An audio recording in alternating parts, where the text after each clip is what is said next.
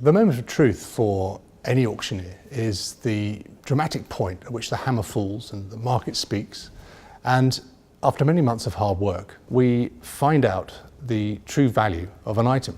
In the case of a single owner collection with many hundreds of diverse items, which might have been formed by a single collector over the course of their lifetime or by a family over many generations, the level of interest and demand for these items is magnified. And this can lead to some quite spectacular results. I vividly recall my first impressions of visiting Trelisic. It was very clear to me and my colleagues that whether we held the sale as a private collection in London or, better still, held it on site at Trelisic, it couldn't fail but to be a tremendous success. It had all the right ingredients. There were major discoveries, such as a mid-18th century mahogany pedestal desk, which are specialists attributed to Thomas Chippendale. And of course, there were star lots, most notably two early 16th century Isnic vases. For over 200 years, Bonhams has built a great reputation for handling private collection sales. And I think the bold decision that we took with the owners to hold the sale on site at Trelisic really demonstrated Bonhams' absolute commitment to producing the best possible results. Provenance is important of all auctions, but becomes a central feature of house sales and private collections. And this was perfectly illustrated in the contents of Lord Glenconner's St Lucian property. Lord Glenconner was known for parting with royalty and rock stars, and he travelled the world collecting art and antiques, and very important to the whimsical, as we saw in the sale. Every item told a story.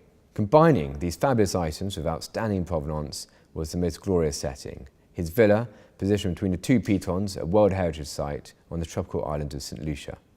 All of this culminated in what had to be the most glamorous auction of the year. Not surprisingly, the sale exceeded all expectations, with fierce bidding from around the world resulting in the hammer doubling the estimate. Location doesn't have to be a hurdle.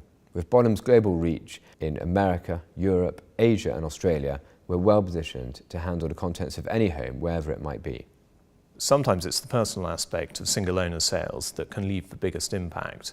And that was certainly true of the sales I handled for the collections of Severin Wunderman.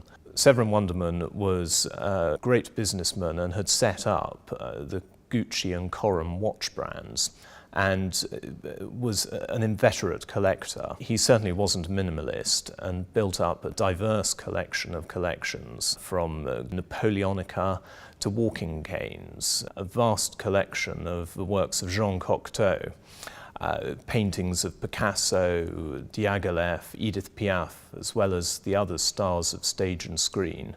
Probably the largest collection in private hands. When confronted with such a range of paraphernalia and objects, I was quite relieved to have the backup of our 60 specialist departments. When I first visited Severin Wunderman's house in the Vale in Chelsea, I was amazed to find behind the fairly ordinary stucco exterior a treasure trove of objects, from a study decked out as a vast memento mori to a study decorated with Neurpost finials. And it was that boldness of design and vision that really ensured his sales did so well.